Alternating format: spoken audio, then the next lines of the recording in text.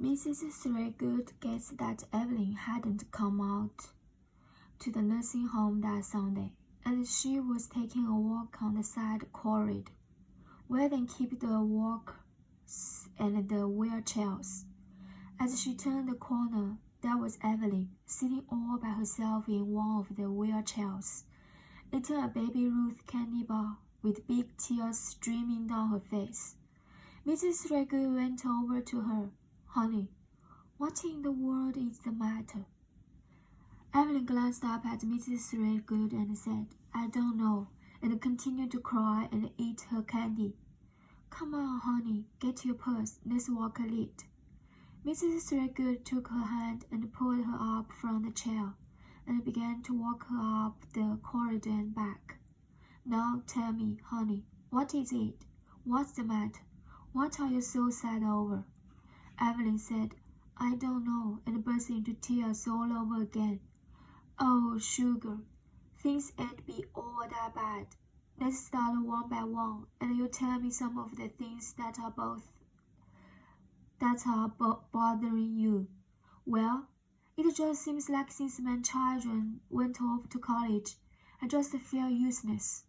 Mrs. Threadgood said, "That's perfectly understandable. Honey, everybody goes through that," Evelyn continued, and I just can't seem to stop eating. I've tried and tried. Every day I wake up and think that today I'm going to stay on my diet. And every day I go off, I had candy bars all over the house and in the garage. I don't know what's the matter with me." Mrs. Threadgood said, "Well, honey, a candy bar's not gonna hurt you." Evelyn said, "One's all right, not 6 or 8.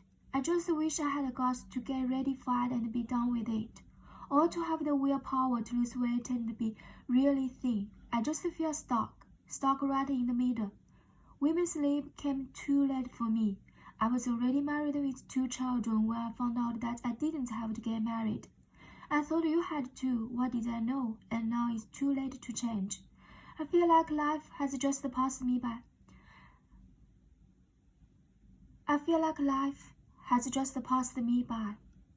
Then she turned to Mrs. Threadgood, tears still running down her face. "Oh, Mrs. Threadgood, I'm too young to be old, and too old to be young.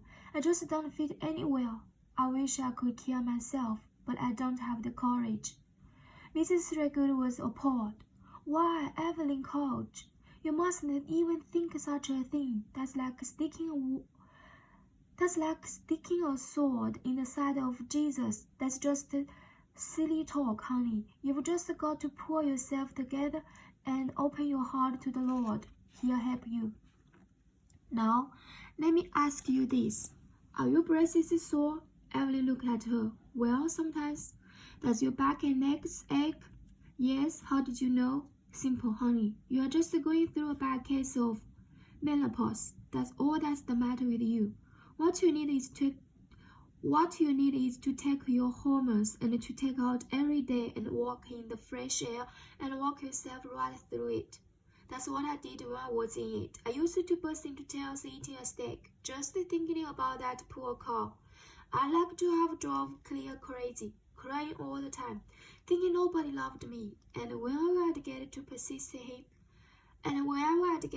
pestering him so bad, he'd say, 'Now, Nini, it's time for your B12 shot,' and he'd give me a B12 shot right in the backside. I got out and walked every day alongside the railroad tracks, up and down just like we are doing now, and pretty soon I had walked my way right through it and I was back to normal."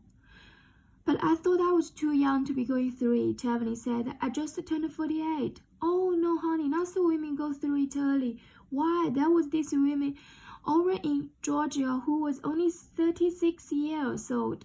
And one day she got in her car and drove right up the stairs of the county courthouse, rolled down her window, and tossed her mother's head that she had just chopped off in her kitchen at a state policeman and hollered, 'Here, this is what you wanted,' and drove right back down the courthouse stairs. Now that's what an early menopause will do for you if you're not careful." "Do you really think that's what's the matter with me?" Is that why I've been so irritable? Sure it is. Oh, it's worse than a merry-go-round, up and down, down and up. And as far as your weight goes, you don't want to be skinny. Why, just take a look at all these old people out here. Most of them are just skin and bones. Or just go to the Baptist hospital and visit the cancer ward. Those people would love to have a few extra pounds. Those poor souls are struggling to keep weight on. So stop worrying about your weight and be thankful you are healthy. What you need to do is read your daily word along with past plenty. Every morning it will help you just like it did me. Evelyn asked Mrs. Threadgood if she ever got depressed. Mrs. Threadgood answered truthfully, "No, honey, I can't say I have been lately. I'm too busy being grateful for his blessings. Why, I've had so many blessings I can't even count them. No, don't get me wrong. Everybody got their sorrows, and some more than most. But you seem so happy, like you never had a care in the world." Mrs. Threadgood laughed at the thought. "Oh, honey, I've buried my share, and each one hurt as bad as the last one.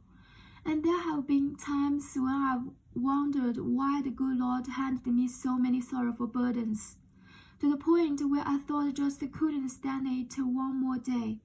But He only gives me what you can handle and no more. And I tell you this, you can't do it on sadness. Oh, it will make you sick faster than anything in this world." Evelyn said, "You're right. I know you're right. Eddie said maybe I should go and see a psychiatrist or something."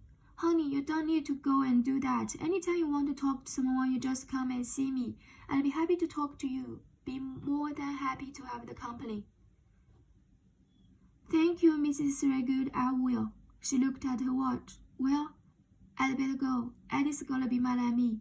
She opened her purse and blew her nose with a Kleenex that earlier had been full of chocolate-covered peanuts.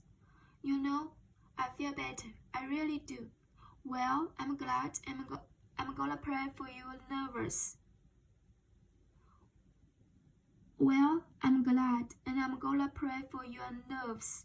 Honey, you need to go to church and ask the Lord to lighten your burdens and see you through this bad period, just like He's done for me so many times." Emily said, "Thank you. Well, I'll see you next week," and headed down the hall.